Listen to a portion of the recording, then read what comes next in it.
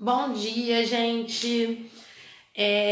A aula de hoje a gente vai falar sobre uma linguagem artística que vocês utilizam muito, que é a fotografia, e como essa técnica foi inventada, os tipos de fotografia e como pensar numa composição de imagem. Então, para começar, eu vou pedir para vocês pegarem a apostila de vocês e abrirem nesse capítulo de composições de imagem. Então, para começar, eu quero contar para vocês o que é a fotografia, né? Fotografia é a técnica de você captar a luz, capturar a luz em uma superfície fotossensível. Vocês já pararam para pensar sobre isso? Quando você vai fazer uma foto no escuro, por exemplo, a imagem não sai nada, sai tudo escuro se você não tiver um flash. É porque a fotografia, ela é a captação de luz. Se não tiver luz, não tem como fazer a fotografia. Então, em 1826, o francês Joseph Nicéphore Niepce, ele começa a desenvolver uma técnica utilizando a câmara escura, que a câmara escura é uma invenção do Aristóteles, muito antiga, que foi utilizada inclusive pelo Da Vinci e outros pintores realistas para fazer os contornos da imagem, né? Porque como é que funciona uma câmera escura? Vamos para a página 432. Nessa página a gente vê uma imagem de uma câmera escura que nada mais é que uma caixa toda preta, fechada, vedada, que não entre luz nenhuma, exceto por um buraquinho do tamanho da cabeça de agulha feita no centro dessa caixa. E aí, pela luz que incide nesse buraquinho, forma uma sombra, né, no interior da caixa, e os artistas utilizavam aquilo para fazer os contornos mais realistas deles. E aí, esse nosso amigo Joseph, ele utiliza essa técnica e coloca uma superfície fotossensível, que ainda não era papel, era um material específico, tipo de metal, para quando a luz incidisse ali, revelasse, né? A imagem se revelasse de alguma forma. Então, a gente está falando aí de uma fotografia preto e branco e sem muita qualidade, porque estava utilizando esse material de ferro e tudo mais. E as primeiras fotografias, a que foi feita pelo nosso amigo Joseph Niepce, como é que fala? Ai, gente, desculpa. A primeira fotografia do Joseph Niepce, a gente vai ver que demorava 80 minutos para ficar pronta. Tinha que ficar 80 minutos exposta lá, né? A luz para virar uma imagem impressa naquela superfície fotossensível. E aí, mais tarde, o Daguerre, a gente também tem ele aqui nessa mesma página.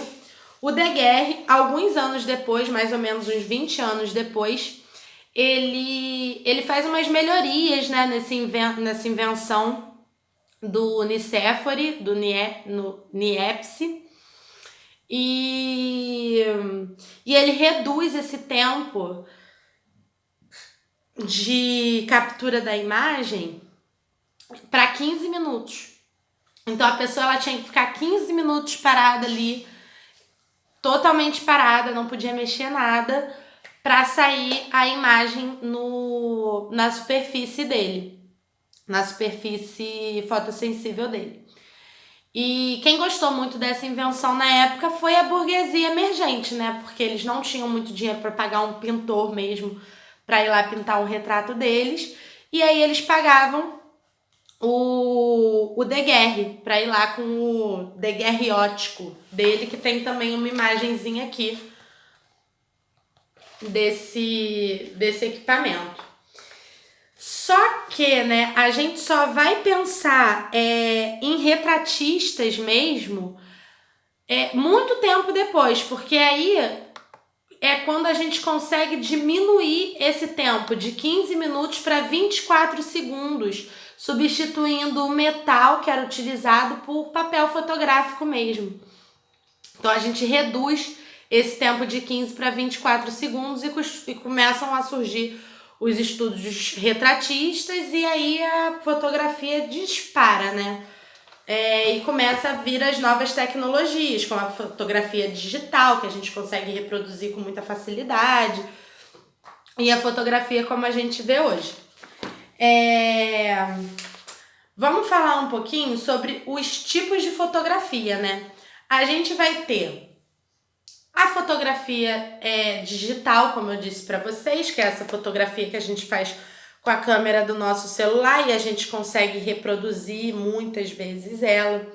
A gente tem a fotografia de moda, que a fotografia de moda é aquela fotografia dos catálogos de revista, né, com os modelos e usado para comercial de vestuário, para maquiagem, produtos de beleza em geral. Tem a fotografia publicitária, que também vai ser usada em comerciais, mas ela vai ter uma gama maior de mídias, né, onde ela vai aparecer no outdoor, ela vai aparecer na televisão, vai aparecer na revista, no jornal, e a fotografia de moda ela é mais restrita às revistas, não entra para televisão e para todas essas outras mídias. E o fotojornalismo, que são os fotógrafos que vão para a guerra para fotografar, os fotógrafos que entram para fotografar nas manifestações, são fotojornalistas, né? Eles fotografam a realidade que está ali, geralmente num caráter de denúncia, acompanhado de matéria. E a gente tem vários fotojornalistas de destaque aqui no Brasil. Um deles é o Evandro Teixeira, que ainda é vivo e ele trabalha desde a época da ditadura com fotojornalismo. Ele tem histórias incríveis dele entrando em quartel para fazer a foto ali, que só ele fazia. Então o fotojornalismo ainda tem essa coisa da adrenalina de você fazer uma foto que às vezes é meio que proibida, né? Então, gente, percebam que tanto na fotografia de moda, quanto na fotografia publicitária, quanto no fotojornalismo, essa linguagem artística depende de um olhar sensível do fotógrafo, né? Para aquela foto ser uma foto que atinge o objetivo dela, né? Na fotografia de moda, por exemplo, o Bob Wolfenson, que é um super fotógrafo de moda brasileiro, ele passa muito tempo planejando ali exatamente o ângulo que ele quer, tudo muito perfeitinho para na hora de tirar a foto só o clique já tá tudo pronto, entendeu? Aquela foto ela tem o ângulo certinho, ela tem a proporção certinha. O fotógrafo ele tem esse olhar sensível para obter o que ele quer daquela imagem, né? O fotojornalista ele vai buscar as fotos mais bombásticas daquela manifestação, ele vai atrás das fotos mais icônicas daquela manifestação, né?